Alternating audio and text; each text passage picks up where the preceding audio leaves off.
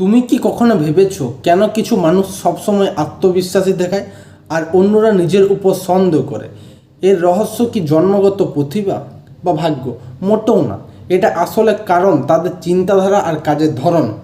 আত্মবিশ্বাস কোনো জন্মগত গুণ নয়, বরং এটা তৈরি করে সচেতন এবং কর্মপদ্ধতি আর মানসিকতার বদলের মাধ্যমে। নিজের প্রতি বিশ্বাস রাখা, নিয়মিত ছোট পদক্ষেপ নেওয়া আর সমালোচনাকে ইতিবাচকভাবে সামলানো, এই তিনটি নীতিশীল এবং শক্তি মাধ্যমে তুমি অপরিবর্তনীয় আত্মবিশ্বাস তৈরি করতে পারবে। চলো আত্মবিশ্বাস এর মজবুতের ভিত্তি গড়ে তোলার পথগুলি বুঝে নেওয়া যাক। 1 নাম্বার, নিজের প্রতি বিশ্বাস। আত্মবিশ্বাস শুরু হয় নিজের বিশ্বাস দিয়ে।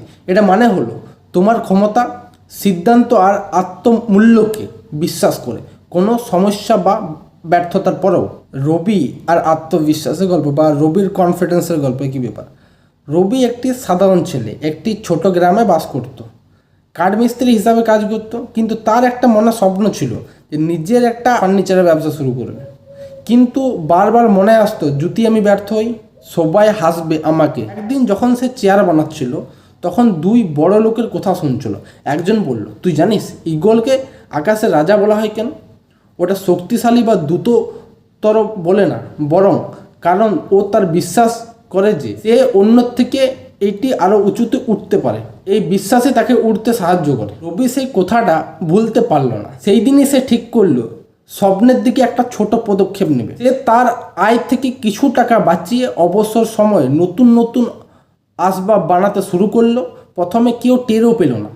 বন্ধুর হাসি মজা করতে শুরু করলো, রবি তোর কাজ তো তাতেই থাক, ব্যবসা কি তোর জন্য? কিন্তু রবি থেমে গেল না। প্রতিদিন নিজেকে মনে করিয়ে দিল, যদি আমি নিজেকে বিশ্বাস না করি তো আর কে করবে? ধীরে ধীরে লোকেরা তার ডিজাইনগুলি পছন্দ করতে শুরু করলো। প্রথমে বিক্রি ছিল একটা সাধারণ কাঠের টেবিল।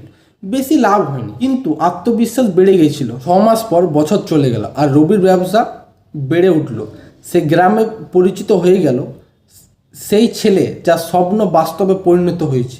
যখন তাকে তার সফলতার কারণ জিজ্ঞাসা করতো, রবি হেসে বলতো, এটা কোনো সিলেবাস বা ভাগ্য নয়, এটা শুরু হয়েছিল যখন আমি নিজেকে বিশ্বাস করেছিলাম। দেখো, এই গল্পটা একটা কাল্পনিক গল্প, বাট গল্পের শিক্ষা এটা।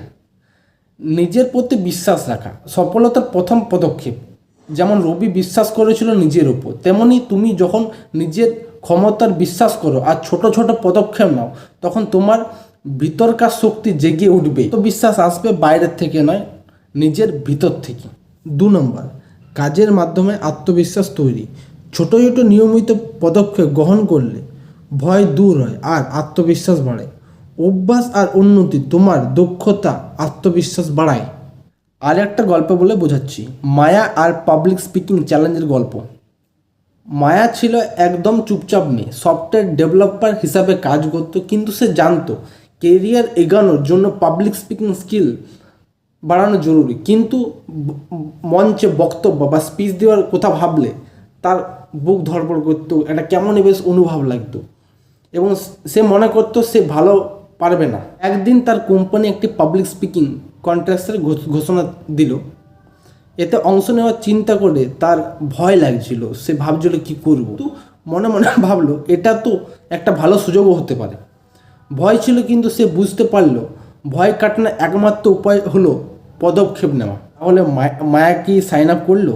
তার প্রথম বক্তব্য ছিল একদম পারফেক্ট না, হাত কাঁপছিল, গলা ফেটে যাচ্ছিল আর কিছু পয়েন্ট ভুলে যাচ্ছিল। কিন্তু এরপর আত্মবিশ্বাস কিছু ঘটলো।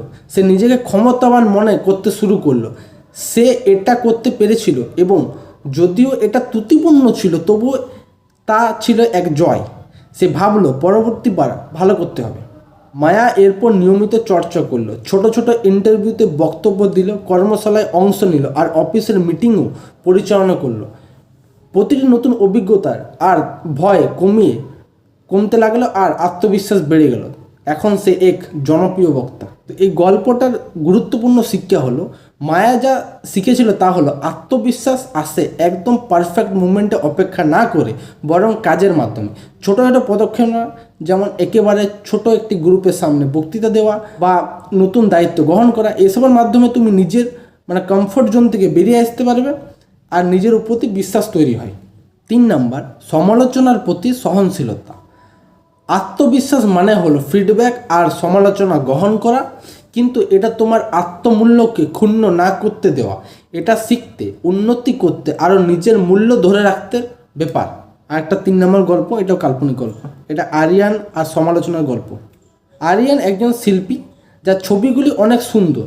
একদিন সে তার মাস্টারপিস মাসের পর মাস কাজ করার পর যদি প্রদর্শনী করে সেইখানে নিয়ে গেল। ছবির নিচে একটি নোট রাখলো, যদি কোনো ভুল পেয়ে থাকো তাহলে লাল পেন দিয়ে মার্ক করো। আরিয়ান ফিরে গিয়ে দেখলো ছবিটা লাল দাগে পূর্ণ, ভরে গিয়েছে। সবাই সমালোচনা করছে, রং, অনুপাত, বিষয় সব কিছু। সে মন খারাপ হয়ে ভাবলো, আমি কি এতই খারাপ শিল্পী? নিরাশ হয়ে না গিয়ে সে আরেকটা মাস্টারপিস বানালো। এবার সে ছবির পাশে রাখলো, যদি কোনো ভুল পেয়ে থাকো নিজে ঠিক করো। আরিয়ান পরের দিন গিয়ে দেখলো ছবি কিছুই ত্রুটিপূর্ণ হয়নি, সব কিছু ঠিক করেনি। উনি আরিয়ান উপলব্ধি করলো সমালোচনা করা সহজ, কিন্তু সৃষ্টি করা কঠিন।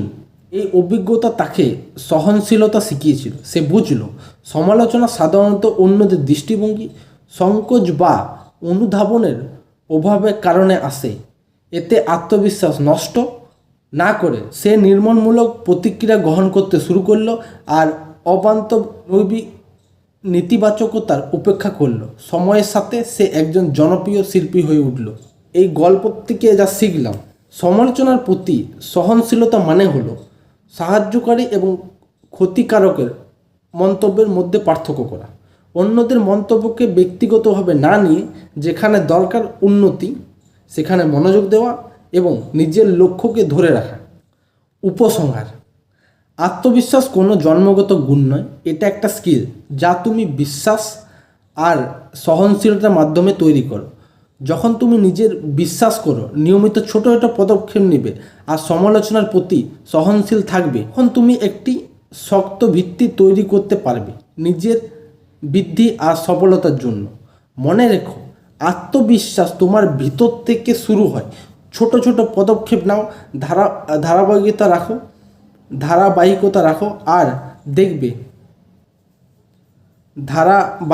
রাখো আর দেখো কিভাবে তোমার আত্মবিশ্বাস জীবনের সব দিক পাল্টে দেয়। ওকে, তো ভিডিওটা এই পর্যন্ত আমি ফোন থেকে বানাচ্ছিলাম, ফার্স্ট টাইম একটা ভিডিও আপলোড করছি। কেমন লাগবে নিচে কমেন্ট করে জানান। ভিডিওটি ভালো লাগলে একটা লাইক দিবেন। দেখা হচ্ছে একটা ভিডিওতে। টাটা।